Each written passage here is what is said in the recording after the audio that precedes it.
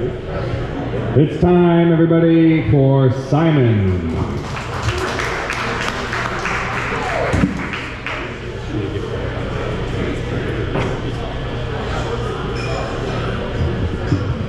Hi everyone.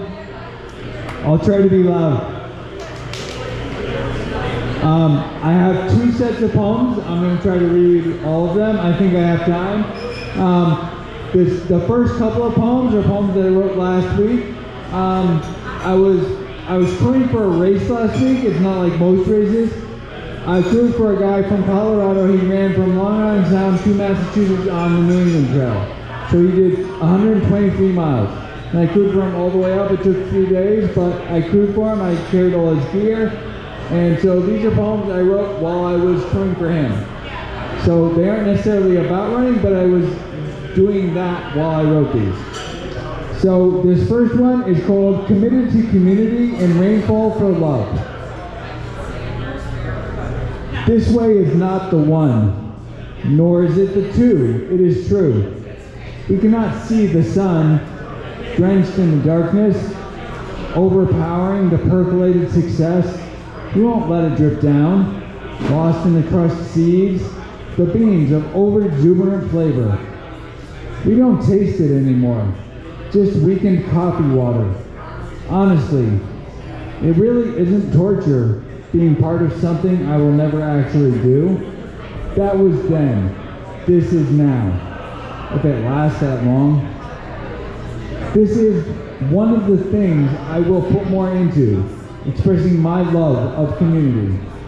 It is something that is discussed from inside, but rarely understood by onlookers. I'm not sure if they think I'm crazy. That does probably make more sense. Hot but windy. Thinking about commitment, it varies with time as we dance by ourselves in happy regret.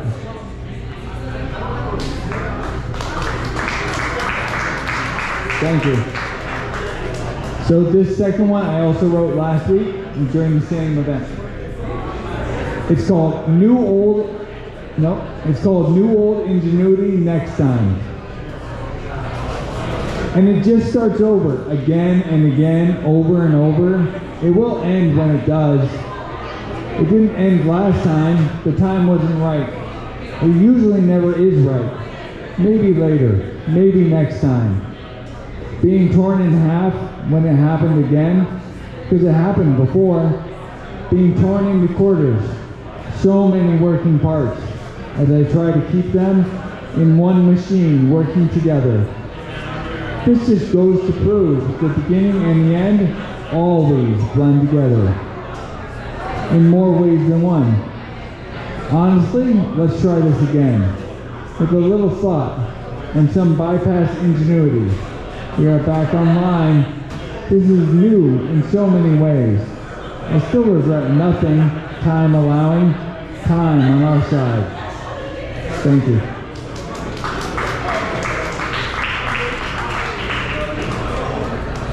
All right, this next set of poems, I'm going to try and read as many as I can.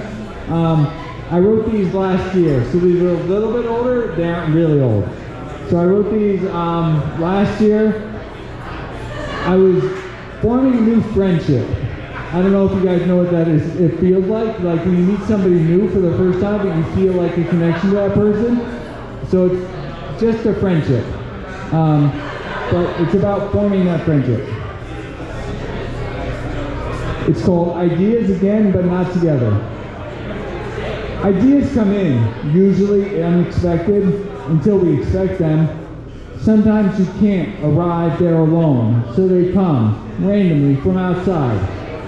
There is always somewhere else you never thought to search for. There is always someone else that you never thought to search for. Simultaneous and separate. We all have partners we cannot see. We didn't even know they were there, finishing our goals, unspoken behind the scenes.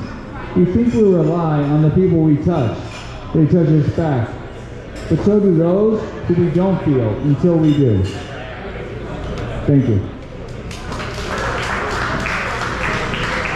So this is another poem I wrote during that same time. It's about a new friendship forming. It's called Light and Dark. If you saw my darkness, how would you react to it? If you saw my light, what would you see? What would you be shown? My light and my dark appear to me every day.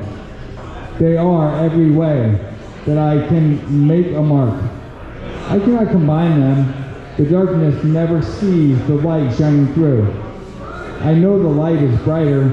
I know the darkness cannot caress the soul you know. I cannot see anywhere that you want me to be. You cannot force the future. I know it takes time. Thank you. All right, I'm going to read a couple more.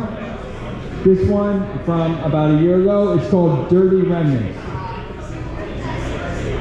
When there is nothing left to let go of, you hold on tighter. They weren't here before while you watched them fade from where you left them, safely buried down beyond your own reach. They're still down there, unwritten, untouched. History changes, forcing themselves further into the soil. They are broken now, and I can't reach them. There is nothing left worth grabbing again, and it is. Thank you.